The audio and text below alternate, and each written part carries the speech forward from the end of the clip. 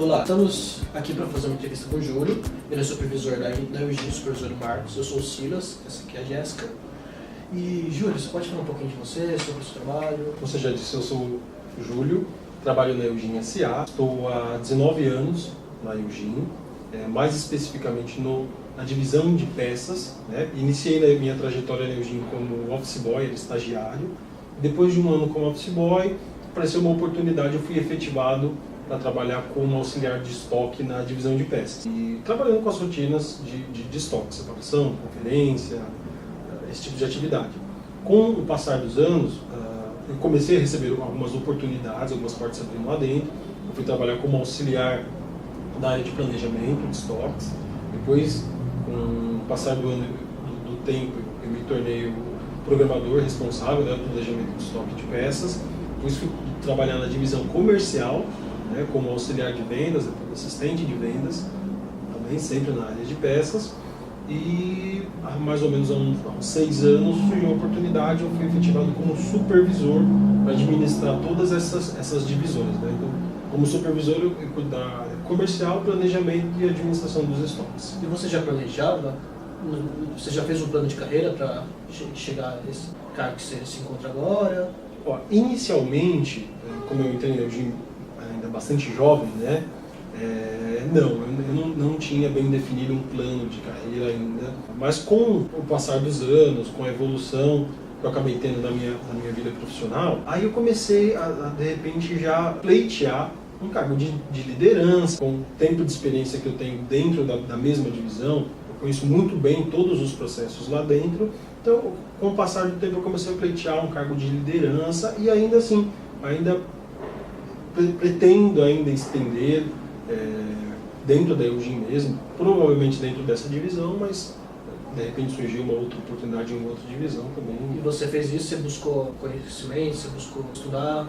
Então, inicialmente, como eu ainda não tinha bem definido o que eu gostaria de fazer, eu ainda acabei ficando meio em cima do muro, acabei não direcionando para nenhum lado.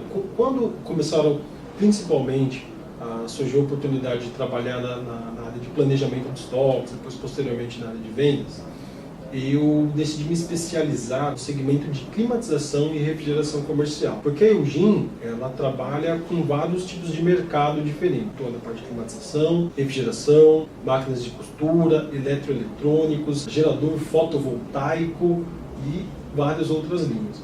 Então, a divisão de peças, ela abrange um pouco de cada um desses segmentos. Porque a gente cuida da parte de reposição de peças de praticamente todas essas linhas. Então, eu comecei a enxergar lá dentro desse setor que também existe um nicho de mercado para transformar a área de peças em uma potencial unidade de negócio da empresa. Por isso eu acabei decidindo me especializar nesse segmento, poder fazer uma venda técnica, para poder fazer uma venda, hoje ainda receptiva, a gente está andando com um projeto para iniciar uma venda ativa, então eu decidi me especializar hoje, na verdade faz mais ou menos 2 anos e meio, me especializar nesse segmento. Ainda pretendo continuar dando sequência na minha formação acadêmica ainda nesse segmento. Provavelmente uma engenharia, cursos tecnólogo, um curso tecnólogo em Itaquera que é específico desse segmento. E assim, eu enxergo que dentro do segmento da Eugin, da área de peças, esse é o que a gente enxerga um potencial transformar em uma unidade de negócio. Você é supervisor de departamento? Eu sou supervisor do departamento de peças. Então eu cuido de toda a cadeia da parte de abastecimento de peças. Você está há quanto tempo nessa área? Bom, dentro da divisão de peças eu estou há 18 anos. Né? No cargo de supervisor agora eu estou há 6 anos. Você vê relação na sua formação, toda essa que você fez, com o cargo que você... Sim, eu vejo bastante relação. Principalmente com o que a gente pretende transformar no departamento, né? Com os futuros projetos que a gente está tocando, eu acho que tem bastante relação. Você é supervisor da Eugin. Quantas pessoas, mais ou menos, que você é líder? Hoje eu tomo conta de uma equipe de 10 pessoas. São 3 pessoas que cuidam da parte comercial, administrativa e planejamento de estoques. Né? Na verdade, tem 2 pessoas que cuidam basicamente da parte comercial. E aí eu cuido junto com um programador de estoque do planejamento de compra, importação, solicitações para a fábrica, que é o abastecimento de peças e mais os estoques de peças, né? A operacional. Uma equipe de 5 pessoas no operacional em São Paulo, que é onde a gente faz a distribuição, e mais 2 pessoas aqui no operacional de Mogi das Cruzes, que é quem faz o abastecimento para São Paulo.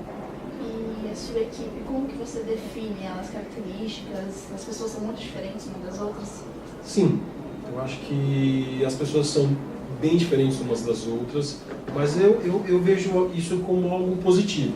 Né? É claro que quando você tem muitas diferenças, eu acho que dentro de uma equipe, é natural que o conflito de ideias acaba acontecendo também num volume maior. São diferenças que se completam. Eu acho que hoje a gente está com uma equipe bem sólida. Na hora de formar uma equipe, qual é a principal característica que você tenta buscar para poder balancear essas diferenças? Hoje a gente procura sempre buscar pessoas, preferencialmente, que estejam ou já tenham iniciado, né, ou já tenham concluído aí a sua vida acadêmica. Entende que normalmente quando uma pessoa já vem com uma formação ou em formação acadêmica, ela tende a contribuir, trazer benefícios para o setor, ela tende a compreender melhor quais são as ideias, né, qual é a proposta do departamento, entender melhor qual que é a posição dela dentro do setor, qual que é a importância dela dentro da divisão e qual é a importância dela dentro da Eugin, o que ela está de fato contribuindo para a empresa. Você disse que os desafios são as características das pessoas. Você acha que isso aí é o principal desafio na hora de formar a equipe? Eu acho que o principal desafio é trazer pessoas que tenham esse conceito, né, de trabalho em equipe, de entender a importância dela dentro da equipe e dentro do grupo macro, né, da visão macro dela dentro da empresa. Aí você acha que as pessoas dentro da sua equipe elas têm que ser tratadas igualmente? Cada uma necessita de um tratamento diferenciado? Eu acho que a tratativa é uma coisa, pelo menos pela minha vivência, pela chefia que eu já tive, né, pela experiência das pessoas, trabalhei com vários tipos de pessoas com características diferentes. O que eu aprendi, pelo menos o que eu trouxe de bagagem, que eu consegui observar, é que sim, a forma da tratativa é diferente. A forma que você se comunica com cada pessoa acho que a qualidade da comunicação depende muito da forma que você expressa e da forma que a pessoa recebe essa informação.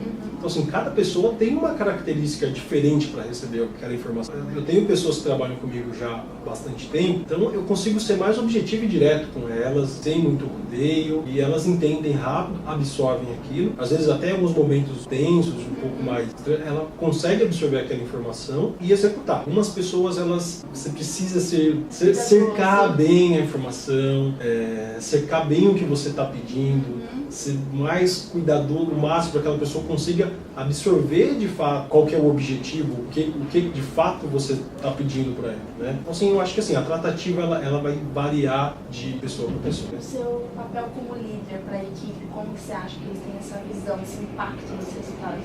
Olha, tive líderes, aprendi com vários tipos de líderes com personalidades diferentes. Alguns muito autoritários, alguns paternais, né? Então, assim, o que eu acabei observando no passar desses tempos, eu acredito no meio termo, né? Eu prefiro que a equipe tenha liberdade de se comunicar, de expressar. Eu gosto de receber o feedback, de saber o que está acontecendo. Eu prefiro, sempre deixo isso muito claro, eu prefiro que as pessoas sejam claras comigo. Quando tiver um problema, quando tiver uma sugestão, muitas vezes o colaborador acaba tendo uma ideia boa e não compartilhando aquilo porque fica meio receoso. Então eu prefiro, eu acredito que uma equipe trabalhando num ambiente saudável, num ambiente em que a comunicação flua bem, que as pessoas consigam se comunicar bem, tende a trazer resultados melhores.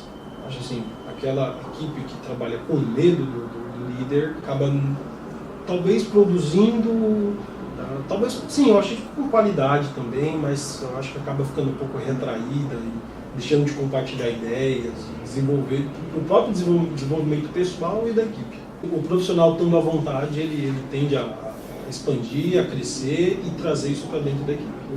Quais as competências fundamentais que você considera para exercer a função de líder? Eu tenho que 2 características importantes são serenidade. Por quê? Porque você precisa saber lidar com vários tipos de situações diferentes, às vezes agradáveis, às vezes desagradáveis. E quando você consegue ter serenidade, você provavelmente vai tomar a decisão mais correta para aquela situação.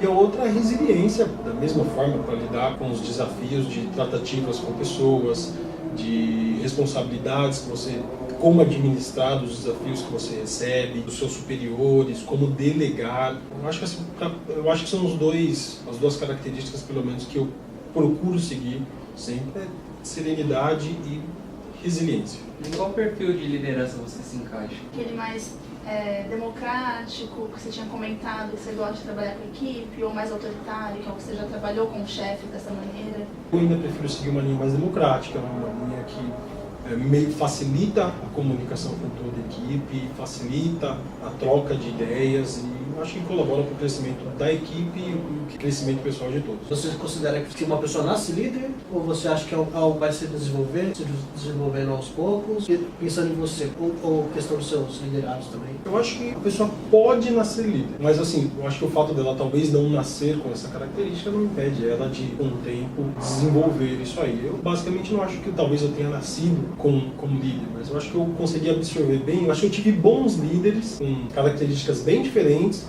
e acho que isso me ajudou a tirar o que eu achava importante de cada um para seguir uma linha que eu acredito ser bastante eficiente e me tornar um líder. Dizer que bons líderes geram novos líderes. Eu acho que sem dúvida, também que eu trabalho com esse raciocínio. Eu acredito muito no desenvolvimento da equipe, quando já tive pessoas que trabalharam comigo que receberam oportunidades dentro e fora de mim, e assim, uma coisa que eu sempre falo, a gente trabalha junto, você é fundamental aqui para a equipe, mas, poxa, se aparece uma oportunidade de crescimento pessoal para você, eu sou o primeiro a apoiar, ver como que eu posso ajudar para que aquilo se concretize. E como você acha que a equipe te vê? Olha, Marco, eu procuro ser sempre bastante transparente com a equipe, né? Fiquei bastante tempo na parte operacional, né? Então, sei como que às vezes, mesmo com líderes que são mais democráticos, às vezes há uma certa resistência, mas eu acho que num contexto geral, eu acho que a equipe consegue entender que a ideia é de colaborar com a equipe colaborar com a empresa. Então eu acho que a visão dela é mais ou menos essa, né? Eu acho que a equipe colabora bastante comigo, né? Eu acho que é uma equipe que consegue absorver o que eu passo para eles e dão um feedback. Mas eu acho que num contexto geral a equipe consegue me enxergar o que eu peço nesse sentido, de colaboração e entender que eu estou ali para ajudar eles e o retorno deles é sempre bastante significativo. Como são realizados os feedbacks? O feedback, Marcos, a não ser que quando eu preciso passar um feedback para alguém, normalmente eu procuro passar especificamente para aquela pessoa, a não ser que eu só passo um feedback de grupo quando é uma coisa realmente que interfere para todos, né? É uma coisa particular, tanto para um feedback positivo, um feedback para algo que tenha que melhorar, sempre é sentar, conversar com a pessoa, explicar o que está acontecendo e entender a justificativa dela, em que a gente entrar num consenso de como aquilo pode melhorar.